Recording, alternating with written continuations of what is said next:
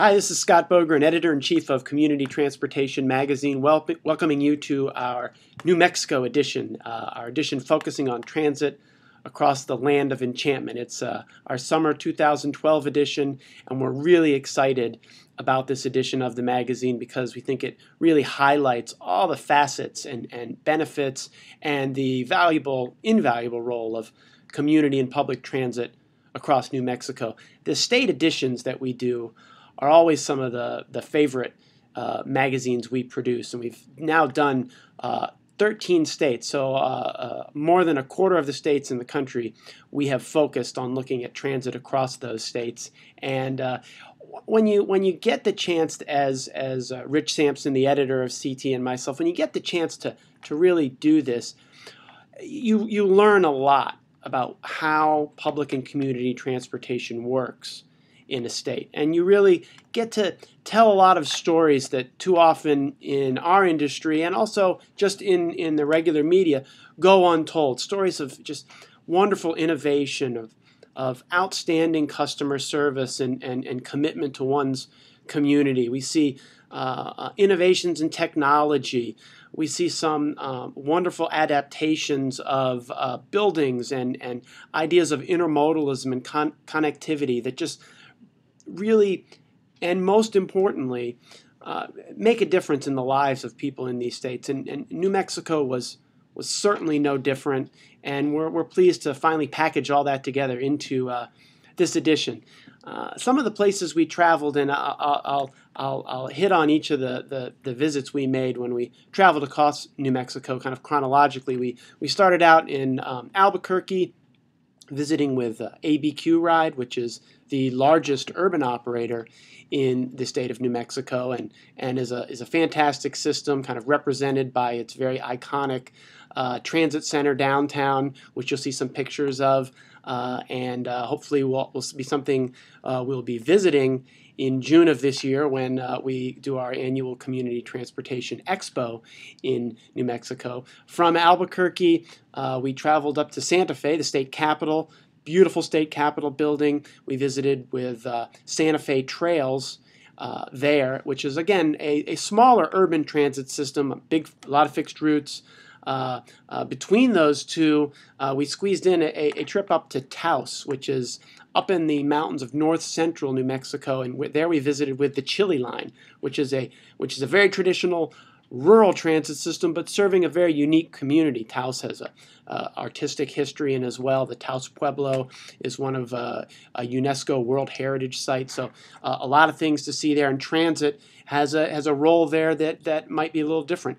In between Albuquerque and Santa Fe runs the Rail Runner Express, which is the very successful, it may look to some like commuter rail, but it's really kind of an intercity or regional rail service that connects Albuquerque with Santa Fe and connects with numerous local transit systems along the way, including Taos and including, obviously, Santa Fe Trails and ABQ Ride. That system has been around since 2006, and really, according to some of the communications we had, really changed the face of all of transit and kind of the image of transit as well across New Mexico.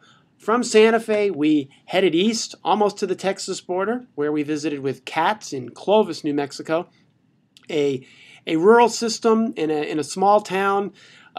Cannon Air Force Base is located there. Have to say, some of the friendliest people we've ever sat and chatted with about transit. We had a wonderful morning that we spent with the staff at CATS, and also one of the nicest transit facilities, just the building. Great, and what wonderful service they're providing, service kind of disproportionate to the population, and doing a lot of important trips, dialysis trips, and some of the things that we tend to see in rural areas.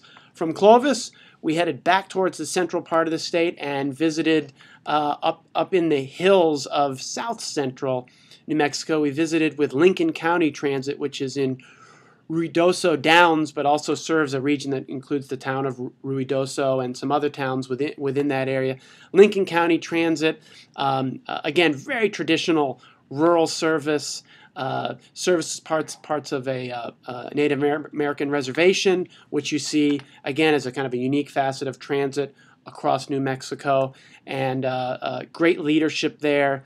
And as well, the kind of service that we're familiar with seeing when we've traveled in other rural communities, and is relatively new. Lincoln County Transit started in 2009.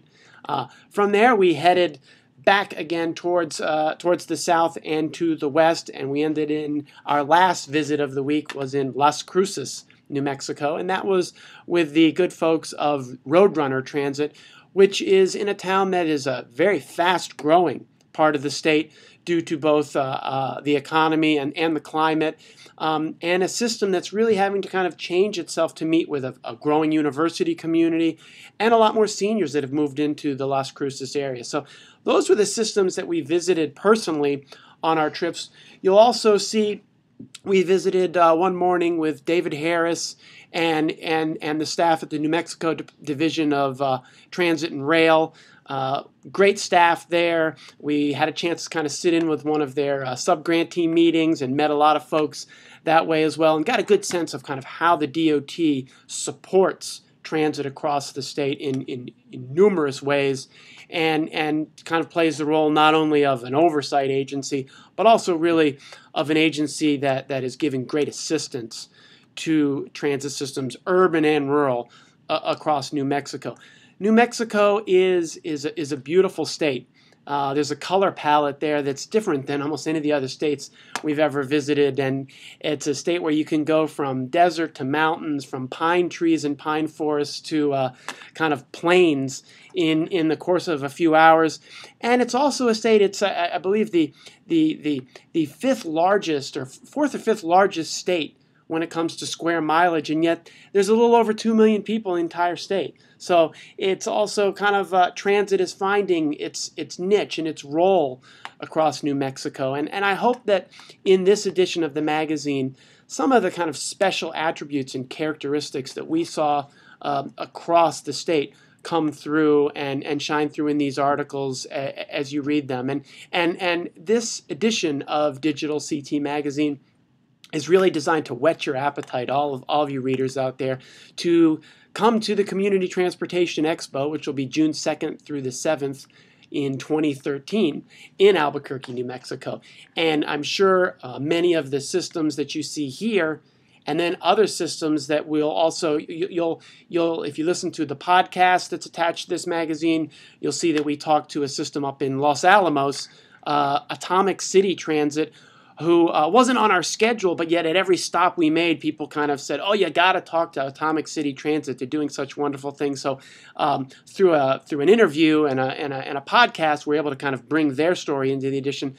All these stories, though, we know you, the community transportation reader, will find great new ideas, but also you'll find comfort in some of those values and the spirit of community and public transit that we always see. So, as always, thanks for being a reader of the magazine. We appreciate all the time and effort that you put into staying up with everything we do. And I do hope that this magazine, everybody that takes a look at it, finds some value and some things that you can add to your system and continue to grow transit around the country. Thanks.